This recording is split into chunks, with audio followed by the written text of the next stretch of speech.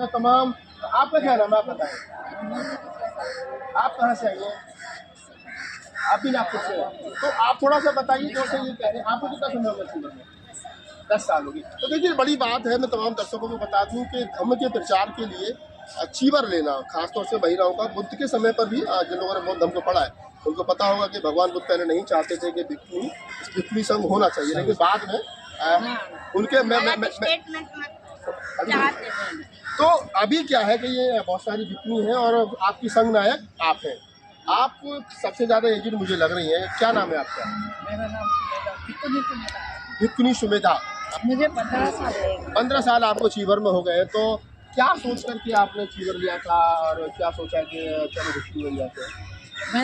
मैं सब अच्छा उपलब्ध था मेरा, और मैं यानी अच्छी थी, वो कोई संकट नहीं था।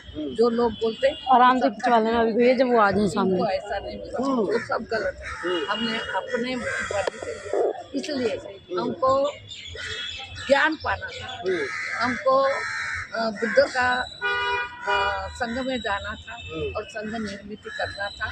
तो हमारे बड़ी भिक्षुनियाँ हैं, इन्होंने संघ की निर्मित की, तो इनके पास हम आए। ये हमारे से बड़ी है, चीवर में बड़ी उम्र में आप बड़े, चीवर में बड़े होने से तो संघ होता है, उसको तो संघ का नेम वही है जो चीवर में बड़ा है, वो बड़ा वही है। बड़ा है, कुछ ऐसा होता है। संघ का निर्मित ऐसा नहीं होता। उम्र से, उम्र के बदले उनका जीवन कब लिया, वो जीवन कब लिया, परिवर्तन कब हुई? परिवर्तन, हाँ उसी उपसंपदा दूसरी भाषा में, दूसरी भाषा नहीं परिवर्तन यानी हम विद्यार्थी रहते और उपसंपदा बोले तो टीचर हो जाते। तो कोई परिवर्तित है, दुनिया विद्यार्थी है, और हम जो वो भिक्षुनियाँ टीचर है, और ये सबसे पहले उपसंपादित है, इसलिए हमारी ये प्रोफेसर, हाँ प्रोफेसर है, बोले तो नहीं ना। तो आप बताइए, चलिए मैं उनसे भी बात करूँगा बाद में, पहले आप थोड़ा सा अपने बारे में। क्या नाम है आपका? आप कहाँ से हैं? अच्छा बात बताइए कि ज्यादातर भिक्षुणी महाराष्ट्र में ही है, उत्तर भारत में क्यों, मतलब तुम इसका आप लोग प्रचार प्रसार नहीं कर पाएंगे? अभी मैं आपको अभी भिक्षुणी संघ जो बढ़ क्यों नहीं रहा है? अच्छे से है ना, जबरदस्ती तो नहीं कर सकते किसी को। आप अपनी बेटी दे सकते, बहू दे सकते, आप अपनी घर की पत्नी दे सकते संघ में। हमारे घर वाले बच्चे तो बाल नहीं कटवाए, जाना तो दूर।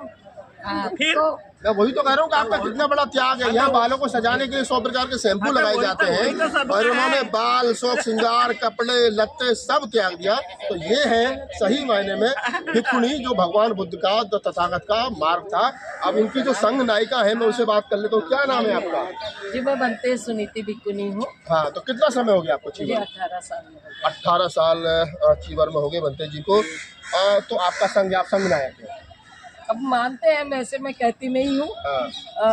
एक्चुअल में यहाँ पे जो कहा गया कि सीनियरिटी के हिसाब से होता है, सीनियरिटी के हिसाब से संघ नायक नहीं होता है। यहाँ पे ज्ञान के हिसाब से होगा। अगर हम सब एक क्वालिटीज होनी चाहिए संघ नायक में कि सबको एकत्रित करे, एक दूसरे को संभाल कर ले जाए, सबको ज्ञान नेतृत्व करने की क्षमता होनी चाहिए। हाँ, नेतृत्व करने की क्षमता होनी चाहिए।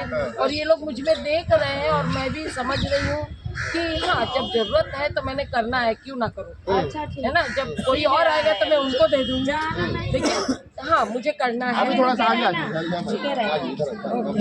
तो आपने जैसे कहा कि संघ नायक है, जैसे भिक्षु संघ का होता है, मध्यानंद है और बहुत सारे बड़े बहुत विषय हैं, तेरा महातेरा हो गए। तो आप उसी स्थिति में तेरा है, महातेरा है? मैं ये कॉन्सेप्ट को नहीं मानती। ये स्थविर है। अच्छा स्थविर है। अच्छा आप स्थविर यानी थे।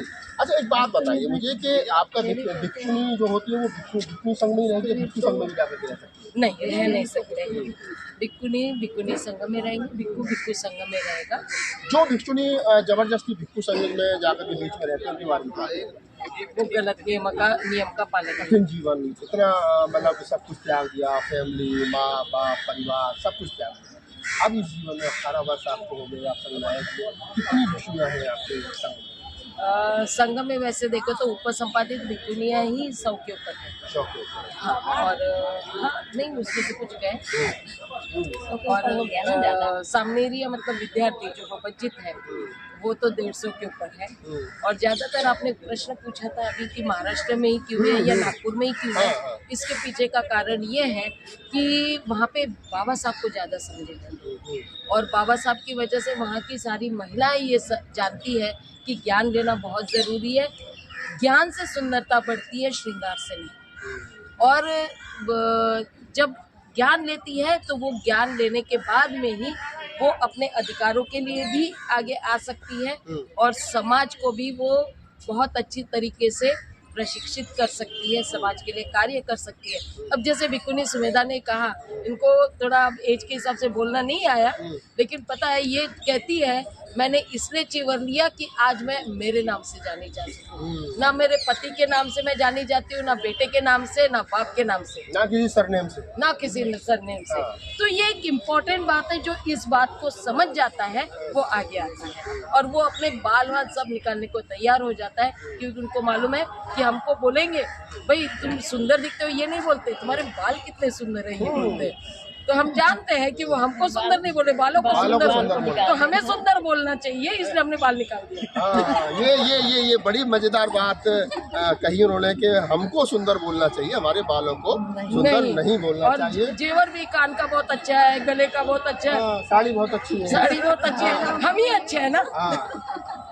जी ये बात बिल्कुल सही है। तथागत ने कहा कहीं कहा कि हमारे जो मन की सुंदरता है वो हमारी वैल्यू बढ़ाती है और जो कपड़ों की सुंदरता है वो तो आनी वाली चीज़ है। मैं एक चीज़ आपको दिखाना चाहता हूँ, ये जो बैग इनके पास है जिसका मैं स्टार्टिंग में जिक्र कर रहा था, ये अखिल भारतीय भिक्खुनी संघ, इसको थोड़ा सा नज़दीक से दिखाओ।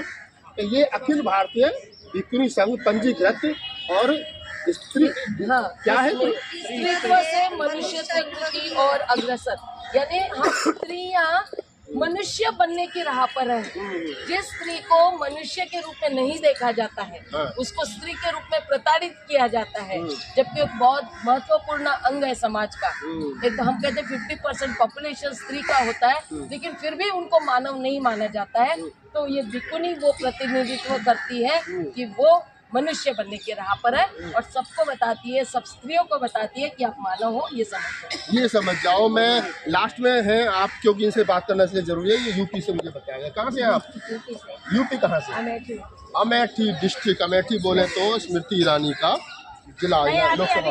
अभी स्मृति ईरानी का लोकसभा अभी जीता और उसके पहले राहुल गांधी कांग्रेस का कर।